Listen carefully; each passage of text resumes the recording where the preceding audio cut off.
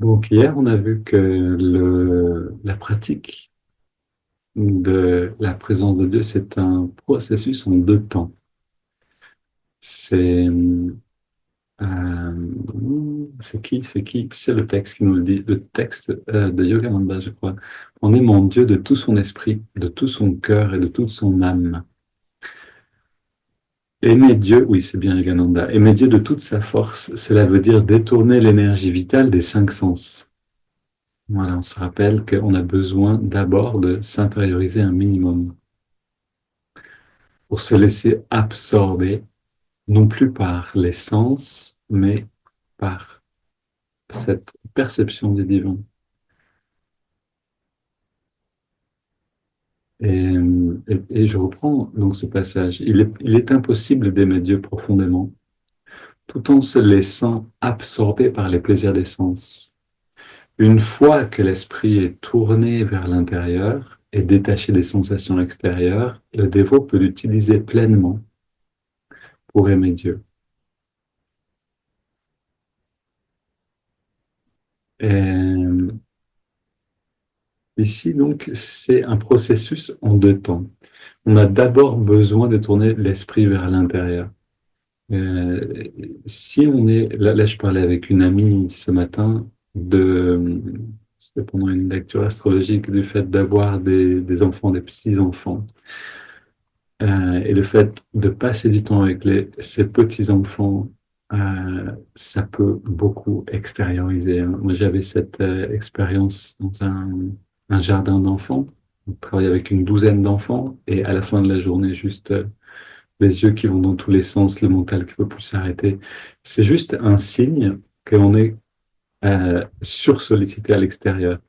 Maintenant, pour ceux qui étaient là pendant la méditation de ce matin, vous l'avez entendu dans le commentaire, euh, Swami Kriyananda parle de cette expérience-là. On peut être sursollicité à l'extérieur, mais on peut être aussi très actif, très sollicité par des choses à faire et en même temps faire un pas en arrière intérieurement et voir que c'est lui qui agit à travers nous.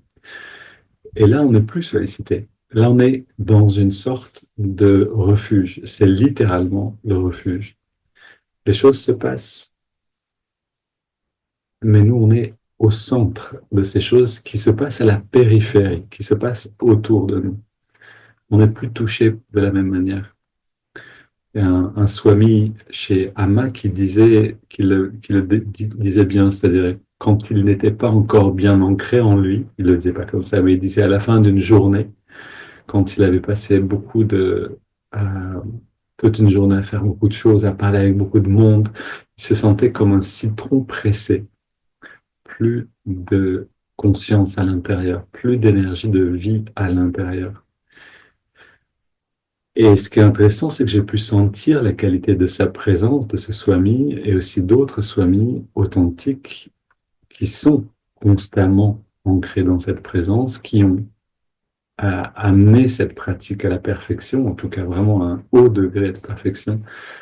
Et, et en fait, leur simple présence nous fait accéder. Si on est ouvert à leur présence, si on peut s'accorder à cette fréquence, ça se fait naturellement, on se détend, on est avec eux, on a un échange amical, et tout d'un coup, on se rend compte qu'on a une perception du monde qui est différente. C'est comme si le moment présent devient plus que délicieux. Il y a quelque chose de, comme si ça devenait le reflet du monde astral, quelque chose qui dépasse la perception qu'on a d'habitude de l'instant.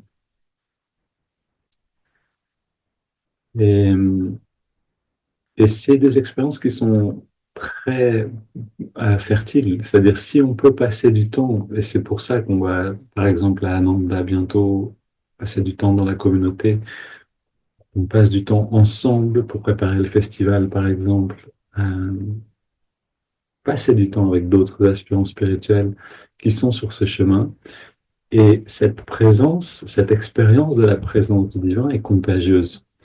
Quand quelqu'un peut s'établir dans cette couleur et ressentir cette richesse, si d'autres sont avec lui et sont ouverts, réceptifs, naturellement. qui vont rentrer dans cette expérience-là. Euh, je me souviens, encore une anecdote, mais je me souviens une fois où on allait voir un swami chez Amma pendant un tour de Amma qui venait en Europe, c'était à Toulon. On allait le voir un swami que j'aime beaucoup et on lui a demandé comment on dit le mot barque en sanskrit. Euh, Elle nous a répondu, mais on a vu dans la réponse, j'étais avec Janavi, on a vu dans sa réponse un sourire très particulier.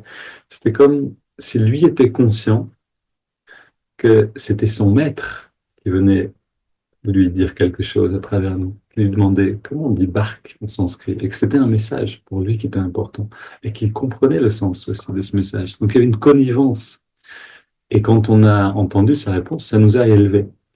Non pas parce que le mot barque en sanskrit nous a élevés, mais parce que sa conscience de ce qui était en train de se passer était présente dans sa réponse.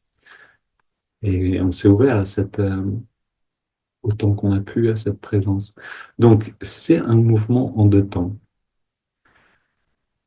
On l'a fait ce matin avec les murmures d'éternité, on va le refaire maintenant pour approfondir l'expérience. C'est un processus de recoloration de la perception. D'abord, on ramène l'énergie dedans, et ensuite, on colorie, si on veut, on donne, on choisit une perception du monde qui nous permet de sentir sa présence. Et en le faisant avec les murmures de l'éternité, ce texte de Yogananda, on se sert d'une passerelle.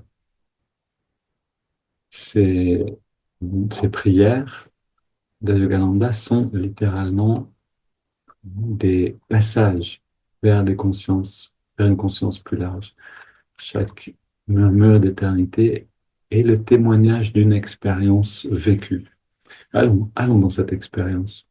Donc d'abord, premier temps, on s'intériorise. On prend une inspiration,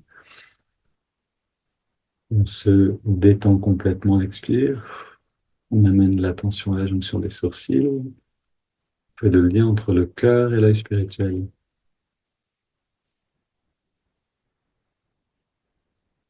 On ressent qu'on est en nous-mêmes, détendu, pleinement présent. Maintenant, je vais vous lire ce texte et entrons dans l'expérience. Salutations cosmiques. Ô esprit, je m'incline devant toi en toute direction, devant moi, derrière moi, à ma gauche, à ma droite. Je m'incline devant toi qui est en haut, qui est en bas, et tout autour de moi. Je t'honore au-dedans comme au-dehors. Partout, je t'adresse ma révérence, car partout, tu es présent.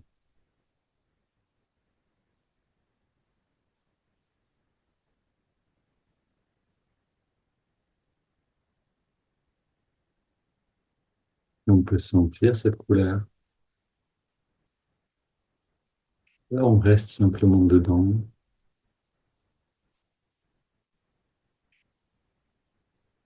comme dans un endroit de décompression, un endroit où on peut vraiment